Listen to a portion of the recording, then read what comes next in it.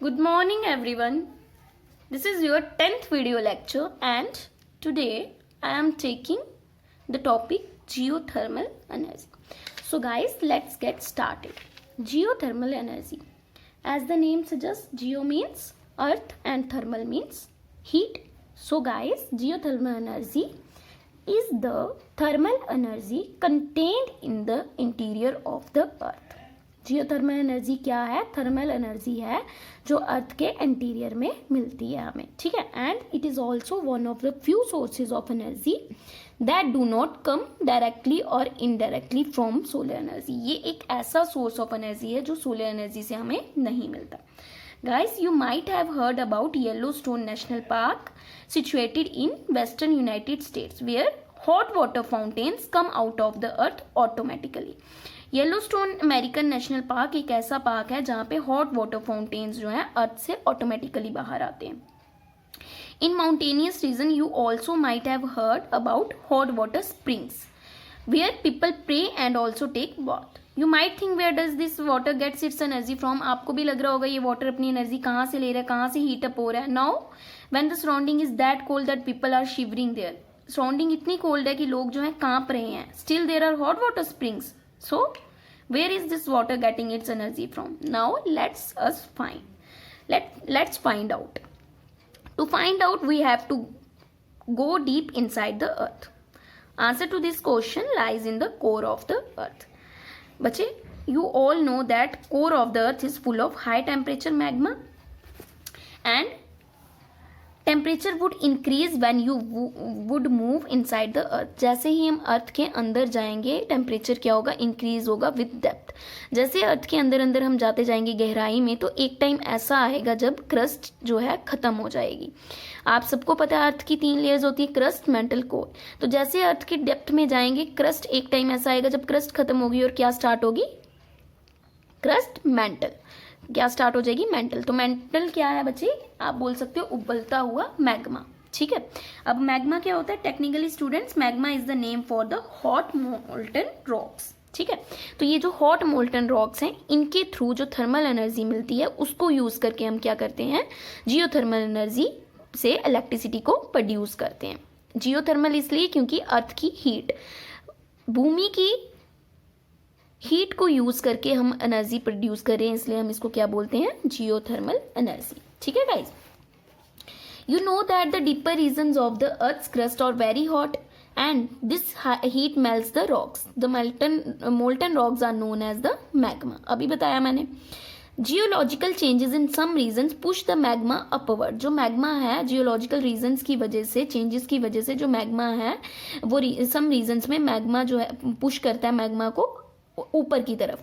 Which gets collected at some depth. जो कुछ depth पे क्या हो जाता है? कलेक्ट हो जाता है below the surface of earth. और इस प्लेसेस को जहां पे मैग्मा कलेक्ट होता है उसको हम क्या बोलते हैं? Hot spots. क्या बोलते हैं? हॉट स्पॉट्स, ठीक है. And these are the sources of geothermal energy.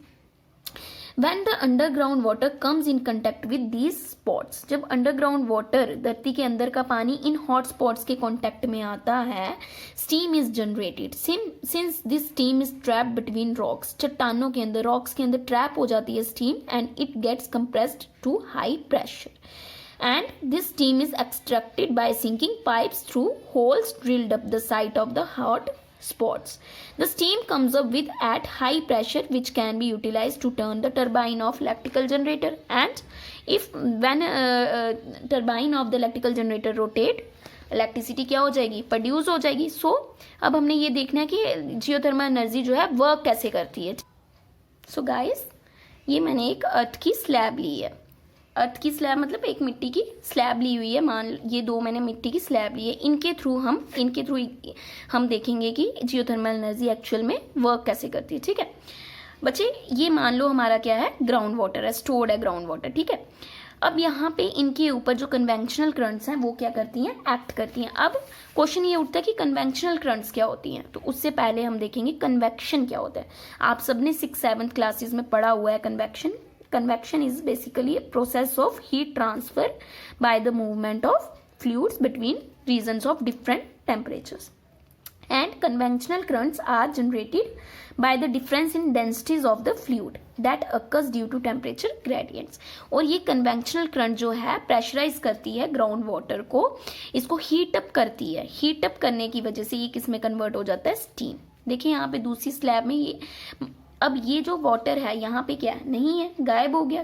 क्यों गायब हो गया, क्योंकि वो किस में कन्वर्ट हो गया, स्टीम में. आपको पता है बच्चे अर्थ के ऊपर यहाँ पे सरफेस में क्या होते हैं, क्रैक्स होते हैं. ठीक है, तो ये जब स्टीम जो है वाटर कन्वर्ट हो जाता है स्टीम में, तो ये जो क्रैक्स होते हैं इनसे बाहर आ जाती है ये स्टीम, और उस स्टीम को हम क्या बोलते हैं, हॉट स्टीम्स. तो इस स्टीम के थ्रू जो है, ये जो स्टीम है रॉक्स में ट्रैप हो जाती है, और पाइप्स के थ्रू हम इस स्टीम को यूज करके क्या करते हैं, इलेक्ट्रिसिटी प्रोड्यूस करते हैं.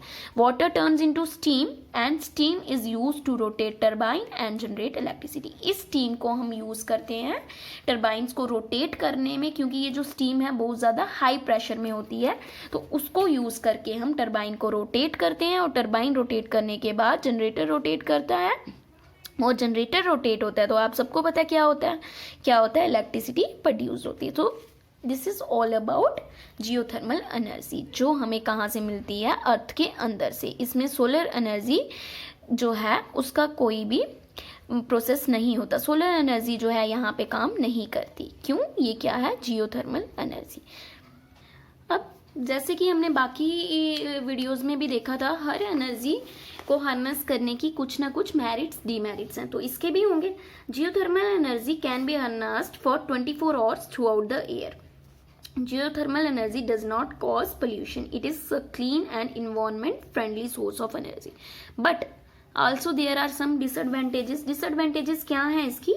Geothermal energy is not available everywhere. It is available only in those areas where there are hot rocks near the earth's surface. And next, deep drilling in the earth to obtain geothermal energy is technically very difficult and expensive. Drilling करना अर्थ की और वहां से steam को pipes के through generate करके electricity produce करना थोड़ा एक्सपेंसिव हो जाता है. ठीक है, there are number of power plants based on principle of geothermal energy which are in operation in United States of America and न्यूजीलैंड. एंड यहाँ पे भी हमारे J&K में भी जो है, ले में भी हमारे जियोथर्मल एनर्जी पावर प्लांट जो है एक प्रोसेस में है. ठीक है.